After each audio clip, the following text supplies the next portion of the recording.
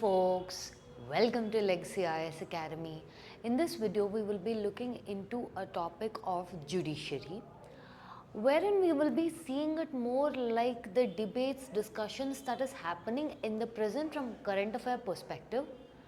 And the reason we are doing this is what, I'll give you an example. 2024, right? CAG, at that year there was this current affair news wherein CAG, like you've seen in your Ayushman Bharat, you might have been aware of those schemes. So in schemes like this, they found that apart from audit, they also mentioned and tabled in the report how exactly was the money spent. Is it going to the right sources? So a question was raised in the Supreme Court asking for the validity of CAG to do this, which is what came as your 2024 mains question. The role of CAG is not just essentiality but also test of proportionality also applies. That is your propriety. Essentiality plus propriety. Essentiality is a must, propriety is up to them. So based on this, right, what you can understand is for the upcoming mains, possibility of questions coming like this are higher.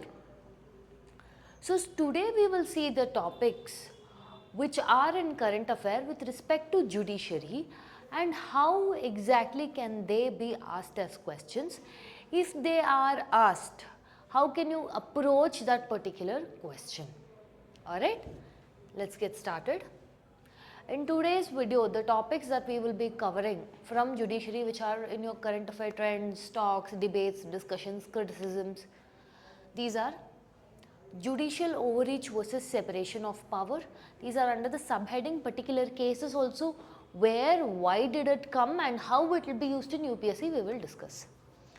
Uncle Judge syndrome, under-representation of SC, ST, minority women, collegium versus NJSC and transparency, delays and institutional design, judicial accountability and conduct, lower judicial entry rules, consumer court's special case, and what are the possible likely dimensions and trends that is to be observed for upcoming UPSC exam. That is your mains exam. First, see, the topic is judicial overreach versus separation of powers. They are going to ask you questions like this only, right? But from where are they picking and why is this topic coming into news? That will be your current affair ka debate and discussion that is happening.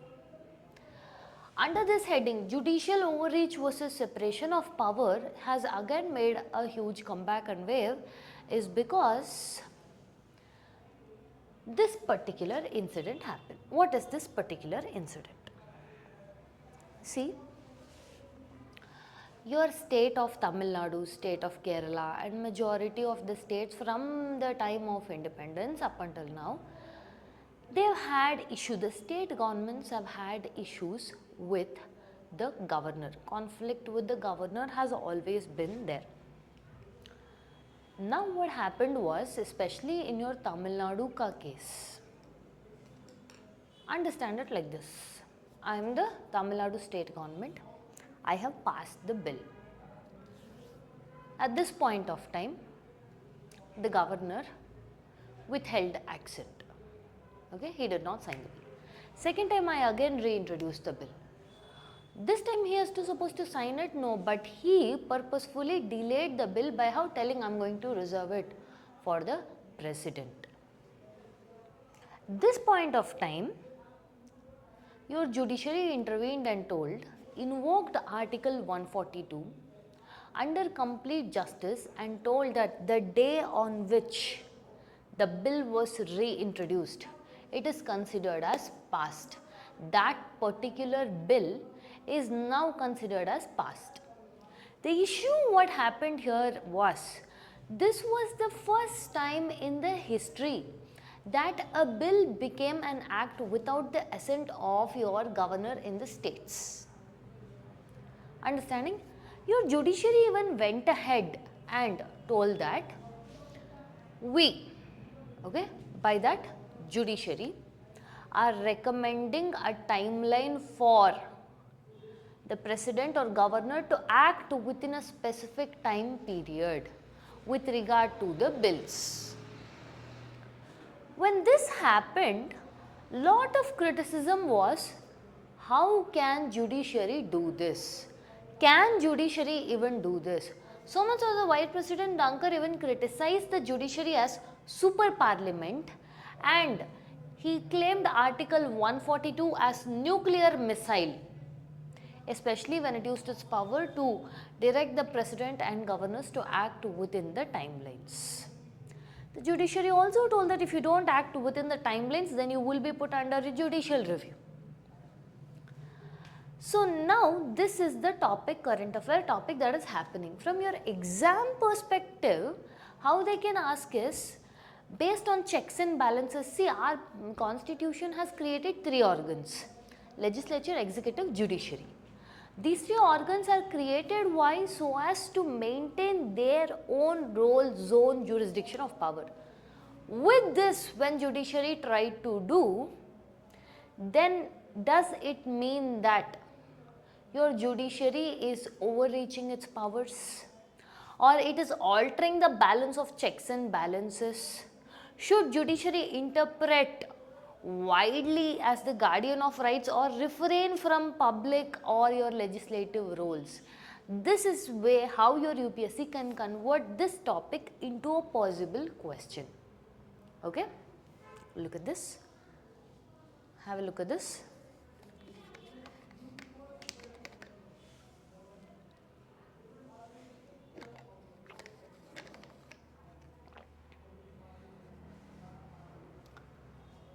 So, your judiciary went ahead with complete justice and they put a binding timeline, president, governor. The legislative and executive did not receive it well. First question they asked was, is it possible for judiciary to do that, and is it necessary for judiciary to intervene? That was first thing. To this criticism, how judiciary has reacted is, they have told Article 142 is explicitly necessary for judiciary to make sure it upholds constitutional morality. Look at this.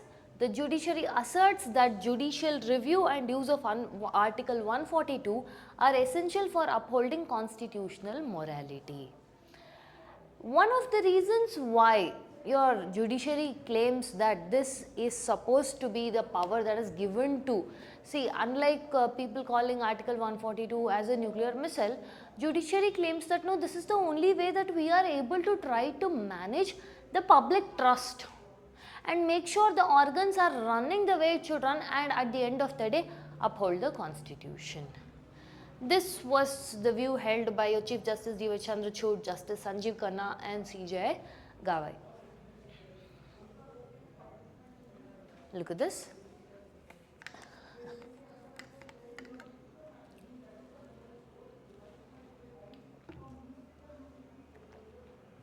So what are the constitutional provisions which is involved? First thing is separation of power. Legislative, executive and judiciary all have separate powers. Judicial review, which is given under Article 13 and Article 32. Article 142, which is a very wide ranging power given to the Supreme Court to ensure complete justice. What will be the possible debate? That is, now when I tell you exam possible debate, as in they can give you a statement, this versus this, how to balance. What is the this versus this? Should judiciary remain a neutral interpreter of the constitution or take an activist role when the other organs fail to act? So this is the this versus this, meaning here, see, there is a very fine thin balance between judicial activism and judicial overreach.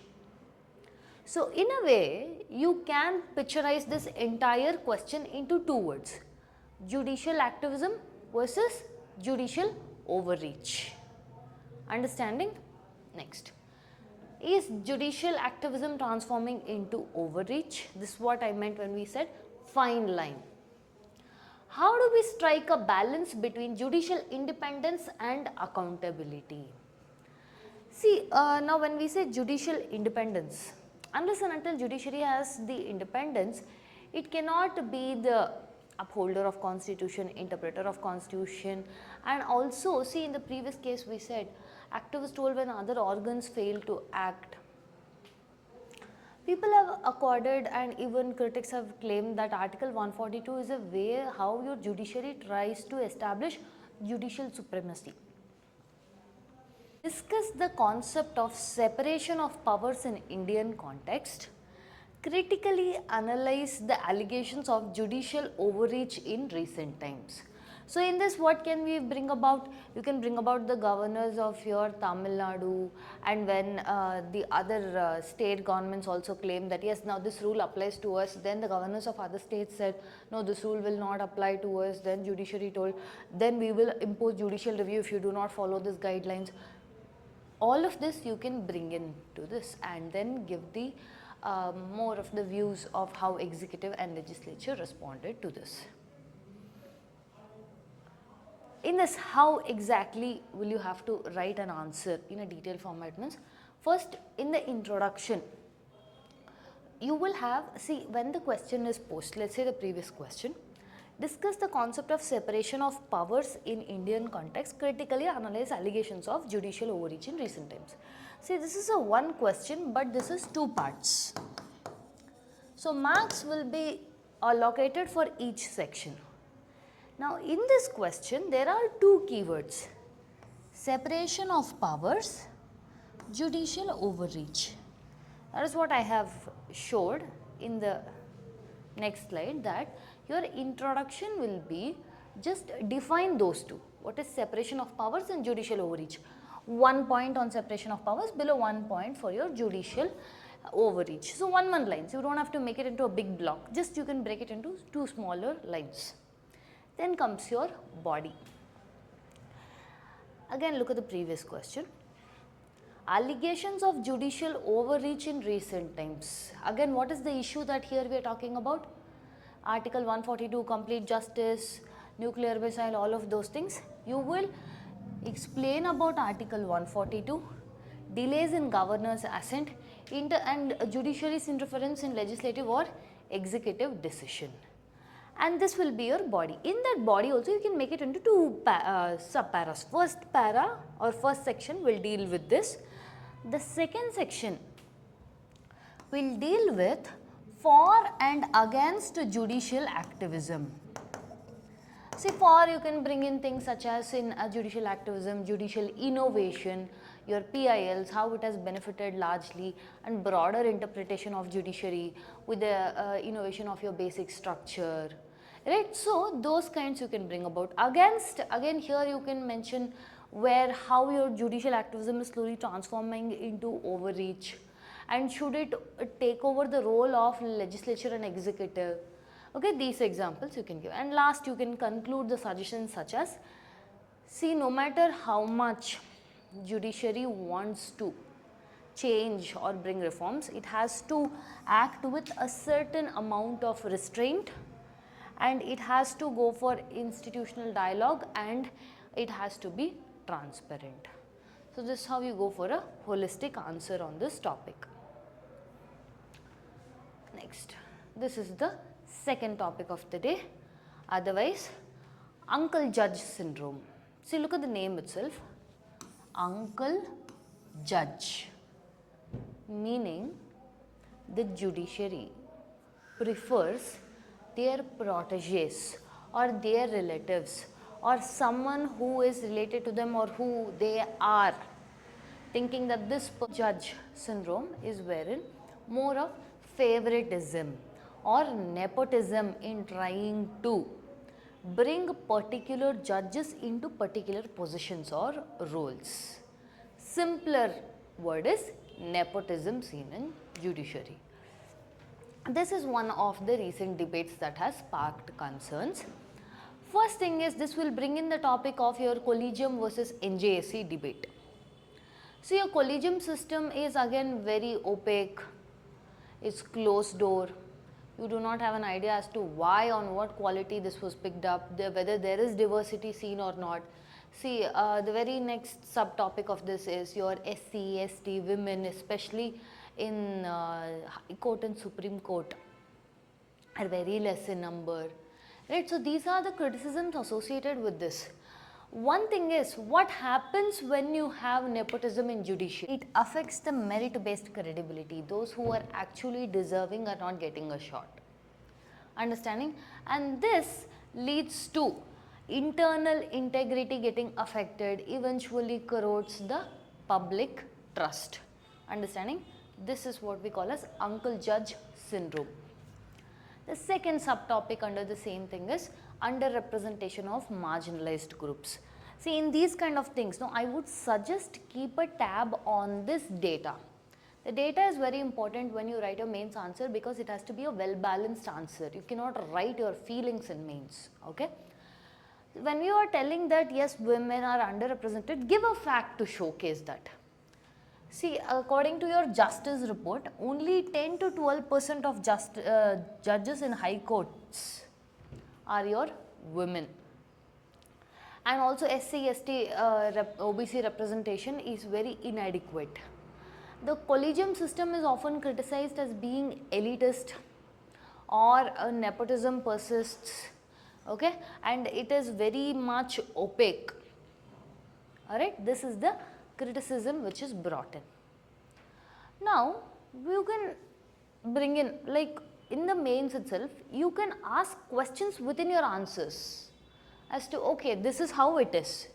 Okay, it is having nepotism, it is having underrepresentation of marginalized communities. If this is there, what would happen? Why do you think it matters? First and foremost, it erodes public trust. Second, meritorious and deserving candidates are not given the position that they have to be given. Third thing is, it violates the constitutional principle of equality, and most importantly, it creates a closed circuit of elitist mindset. Understanding? This is something that is against our principles of the core constitution itself.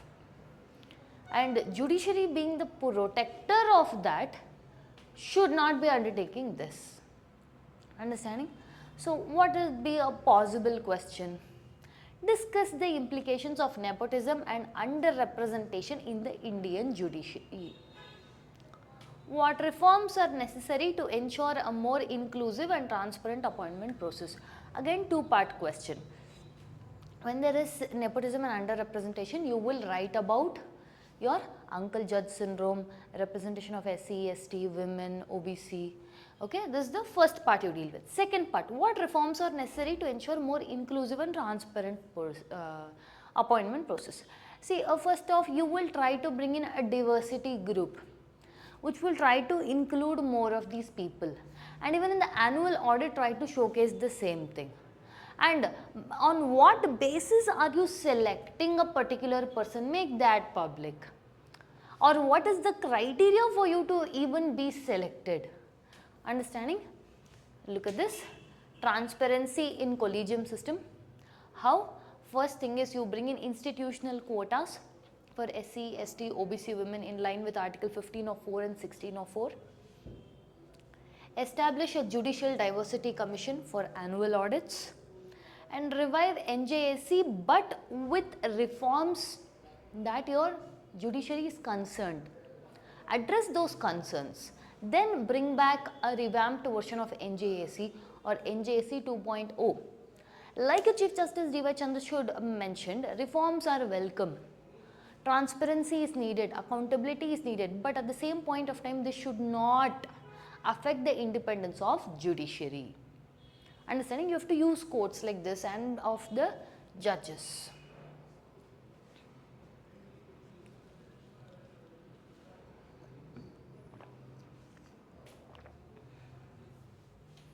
Next, this is the summation, that is collegium versus NJAC and transparency. One of the main things about your collegium is it is not transparent, it is opaque.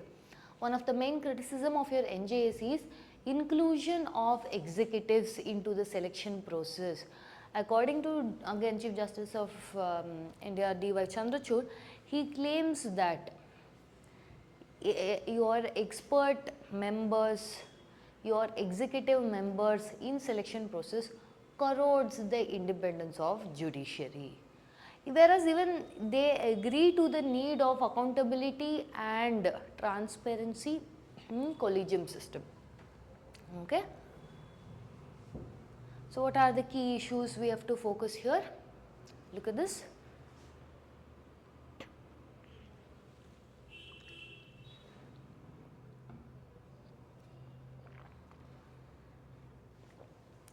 Nepotism and lack of representation, lack of transparency, conflict between independence versus accountability, collegium versus NJAC.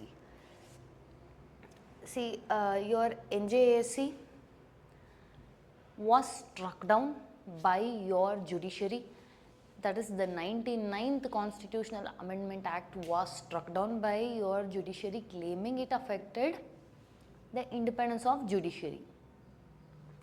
And independence of judiciary is a basic structure of constitution. Now multiple topics later we will be also again seeing there is a revamp or a call for NJAC again, but if this NJAC again the next that they are trying to bring will also be the same version of trying to control judiciary, means it is again going to be most likely get struck down. But if it is going to be actually addressing the transparency and accountability concerns, then this collegium system ka reformation and NJAC ka reformation will be a better fit for Indian model. So what are the pros and cons of your collegium system? First thing, it ensures judicial independence, it is free from political influence, and it also allows internal valuation. What are the cons of it? Lacks transparency, very opaque, you don't know what is the manner in which person is selected. There are huge accusations of nepotism, favoritism, and also it is not representing the diversity. Look at this.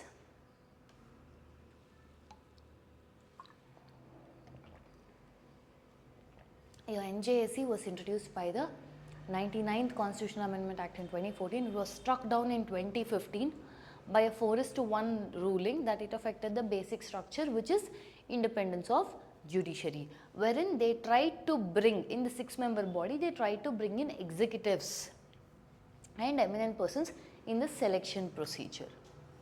So what could be the possible question from here? Judicial independence must not come at the cost of transparency and diversity. The same topic that we are discussing. So you will bring in NJAC, you will bring in here the same things. Okay, these particular topics should be addressed. They are asking this question for a reason.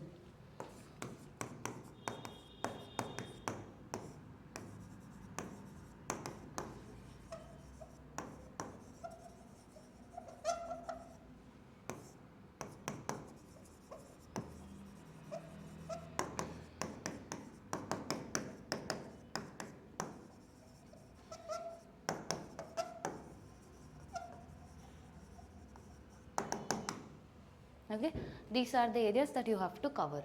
Critically analyze in the context of collegium versus NJAC debate.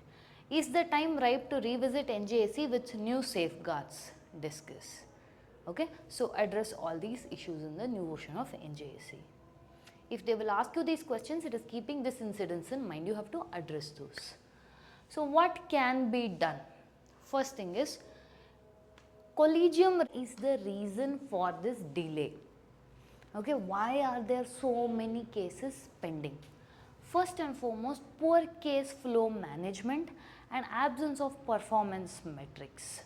Okay, see, many times it is held that by the time that their particular case, let's assume, comes to an end, the involved people, okay, are long dead, or the people are not even in that particular place itself anymore. Why? Again, the dependency on judiciary in your, see, compared to all the district courts, high courts, supreme courts, the place where people interact the highest is your district courts. Okay, so and one more main reason, if you see, frequent transfer of judges in mid trial. So which means again when another judge has to take up, he has to take it up from the starting. Lack of administrative autonomy in the lower courts and poor usage of technology. See, yes, we have been running behind your digital India, digitization in every form. We are trying to bring in e-governance, we are trying to bring in more of, less of government, more of governance, but it is all somewhere the initiatives in your executive side. But your judiciary, despite digitization coming, despite e-courts coming in, it is still lesser usage of technology. Okay? These are the structural weaknesses. Now, if you see judicial vacancies, that is another issue. See, there is more than 30 to 35% of judicial vacancies at district and high court levels. Constantly, there is delay in judicial appointments. See, this judicial appointments itself another topic we will be discussing as to why there is delay in your judicial appointments also. Low accountability, and also another thing is resource mismanagement. Constantly courtrooms exist, but they are not having adequate, see, you have an infrastructure, but if no people are there to fill in and use that infrastructure, then what is the use of that infrastructure? This is where resource mismanagement is happening. Okay? The existing resources, one thing with respect to any government, especially in a developing country, is it is not about creating new resources, mainly it is about reusing existing resources. Okay? Next topic of the day is judicial accountability and conduct.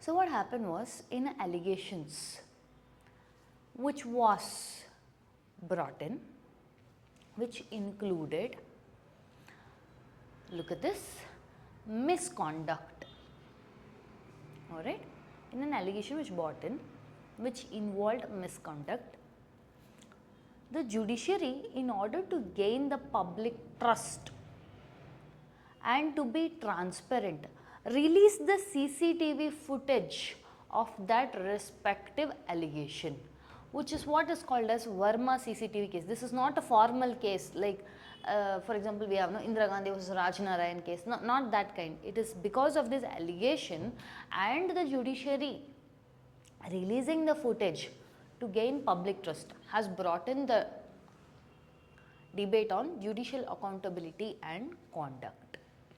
Issues at stake. Opaque mechanisms for misconduct probes.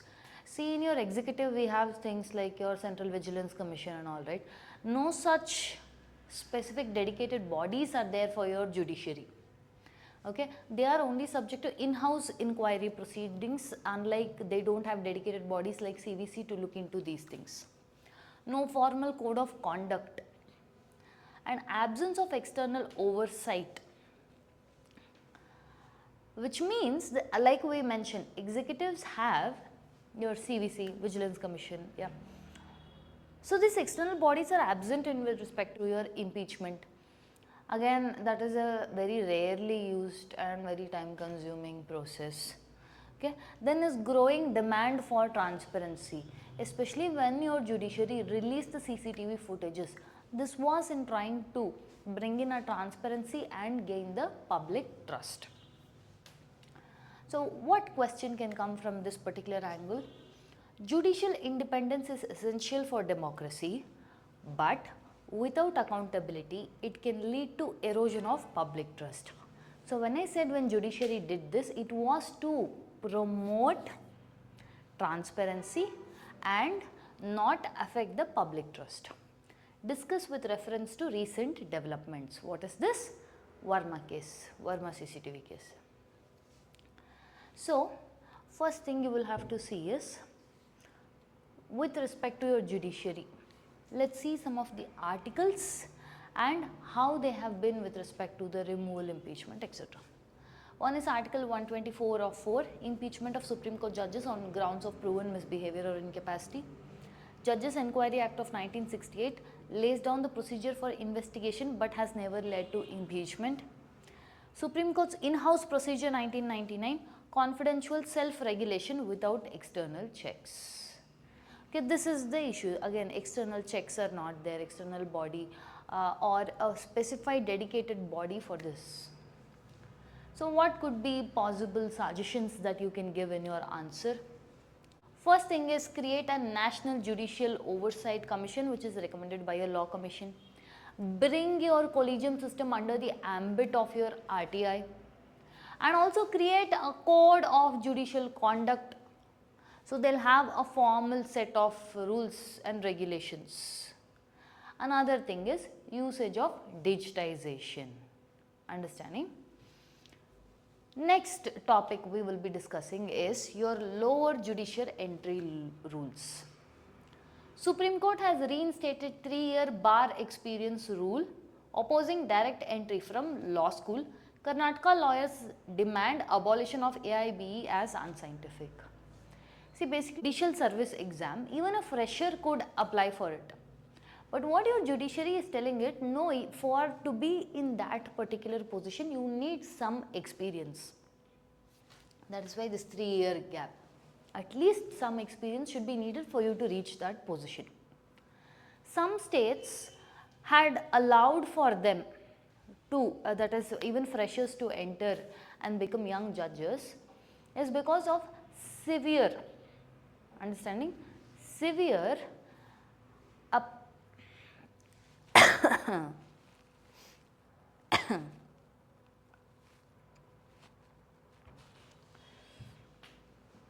some states had allowed for freshers to apply and become a young judge is because of the lack of appointments, judicial delays in appointments, delays in judicial.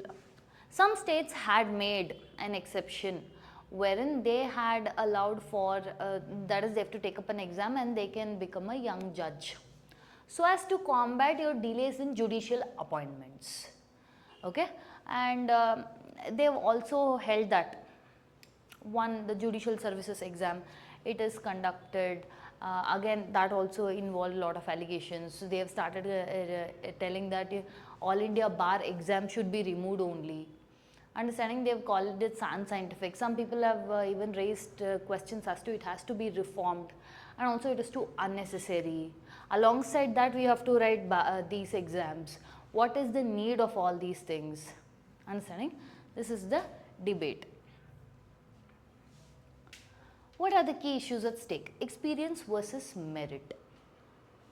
Meritorious candidate, experienced candidate. This is where your Judiciary Supreme Court is trying to tell that there needs to be certain experience in this particular positions. Okay?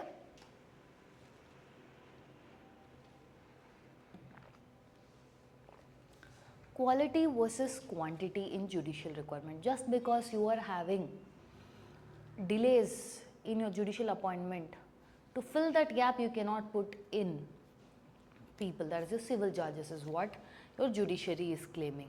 And they are telling you cannot do fast track recruitment, and that's what some states are trying to do just to avoid dealing with this delay.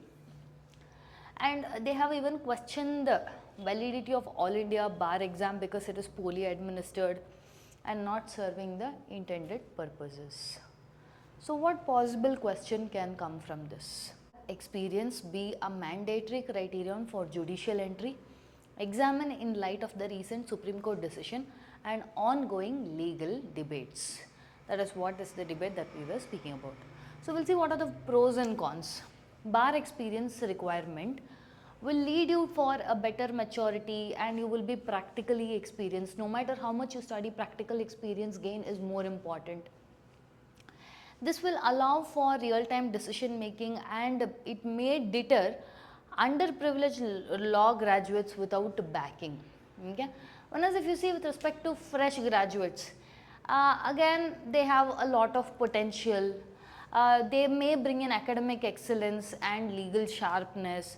These may promote equal access if they are properly trained. Again, all of the conditions here are mays. Okay, possibilities are there. This might be the possibility. So what are the suggested reforms? You bring in a hybrid model which will bring in both freshers as well as your lateral induction for experienced lawyers. So that way both you are getting in. Second thing is strengthen judicial academics, okay, to train recruits irrespective of their entry background, irrespective of where they are, either they are freshers or lateral entry. After they are clearing, you train them. Reform or replace all India bar exams, and state specific flexibility should be given while following your national level guidelines. Okay. So, another topic that we will be discussing is your consumer court special case. Look at this. Supreme Court recently directed permanent structure with judicial majority panels under Article 142 or complete justice. So, what they have told is the ad hoc panels and delays in the appointment are making one of the reasons for the delays. So, what we are trying to tell is, that is the Supreme Court has told that under Article 142, I am telling you, until and unless you bring in a permanent setup, okay, the way it is going to function is, there is a need for qualified judicial members and not just bureaucratic members to deal with your consumer issues. And first and foremost, one thing in a consumer panel is the higher is judicial members and not bureaucratic members, because this is what leads to your public trust, and that is what the public trust is they are telling. What possible questions can come from these topics? Are recent delays in district courts a symptom of institutional design failure more than underfunding? How you can go about the answer is, first you define the delays. In this you can add facts, right? We mentioned how the delays are with respect to even your appointment delay. Then you will start speaking about funding versus design arguments with examples, like how we said the resources are there but they are not used because there are no staff, no judges, okay. Then you will write about the impact, how the people who's, now see, our main motto is justice for all. When because of these institutional design defects, if they are not being able to meet with their justice, then what is the point of this? Yes, economic burden. Then you will also mention about reforms such as centralized systems, and then you will also bring in about your e-courts. You will do performance audits, performance metrics, and you will introduce and involve digitization, technology, okay. Conclusion, you have to tell, yes, funding is important, but design is even more important for better effective functioning. Next, look at this. Critically assess judicial accountability with reference to recent misconduct cases. Again, your Verma CCTV case. You will importance the you will speak about the importance of independence and accountability. You will speak about what are the procedures that are presently there for the removal, such as your impeachment, in-house committees, okay. And you will also bring in how your judiciary tried to come through. That is where you can show that CCTV was released. Then you can see the comparative methods with other countries where they are more open, transparent, becoming under your RTI. Conclusion, you will tell that yes, we have to bring changes or reforms within the system without altering its independence. Then again, the question, when we say you have to bring reforms without altering the independence, Collegium versus NJSC, should public demand for transparent judiciary override autonomy? This is what the debate has been about. So, upcoming questions, upcoming news, or how you should observe that UPSC will ask questions. Growing issue, such as, when I say growing issue, it is not something that is focused by one state or two states, but as a whole. This institutional design as an issue is affecting all the states. Second thing is integration of technology and AI in the courts. Another thing is with respect to the delays in judicial appointments and increasing the diversity. Then you will bring in your accountability mechanisms, understanding, like we mentioned, right? So, all of those has to be seen as from your UPSC perspective. Understanding? With this we come to the end of the content. If you like our content, subscribe to our channel, hit the like button, share it along with your friends. Thank you.